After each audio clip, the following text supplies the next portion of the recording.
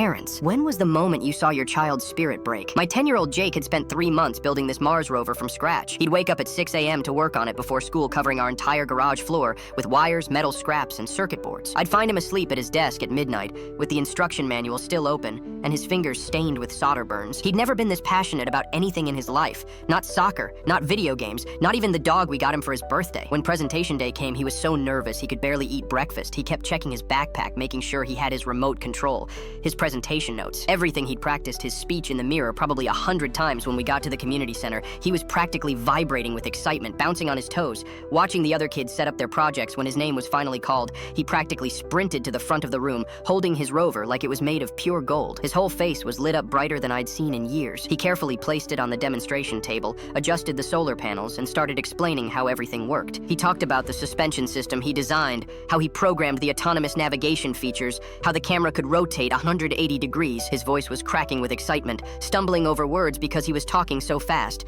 trying to share everything he'd learned. That's when I noticed the other dads starting to whisper. It began with one guy in the back row leaning over to another dad, then quiet laughter rippling through the entire parent section like a wave. I saw Jake's smile falter for just a second, but he kept going, his voice getting a little quieter, a little less confident. He demonstrated how the rover could climb over obstacles, how it could detect and avoid barriers. Then one dad said loud enough for half the room to hear, "See, buddy, that's what happens when you have way too much free time on your hands." Another dad chimed in, laughing. "Must be nice not having any real responsibilities or friends." A third one added, "Remember when kids used to play outside instead of building toys in their garage?" Jake's hands started shaking so badly the remote control slipped and clattered onto the table. The rover's wheels stopped spinning and just sat there making a sad whirring sound. He fumbled, trying to pick up the remote, dropped it again. His presentation notes scattered across the floor. He just stood there, frozen, staring at his creation like he was seeing it for the first time through their eyes, through their judgment.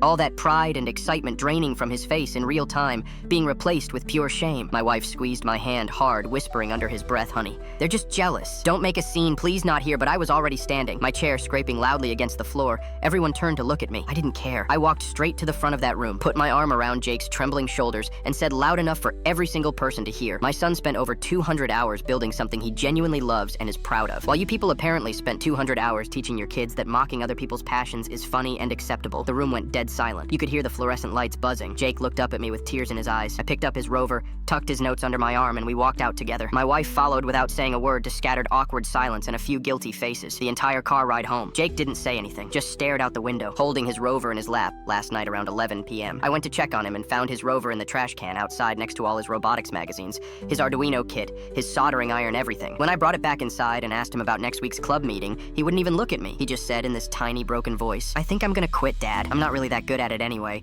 Nobody thinks it's cool."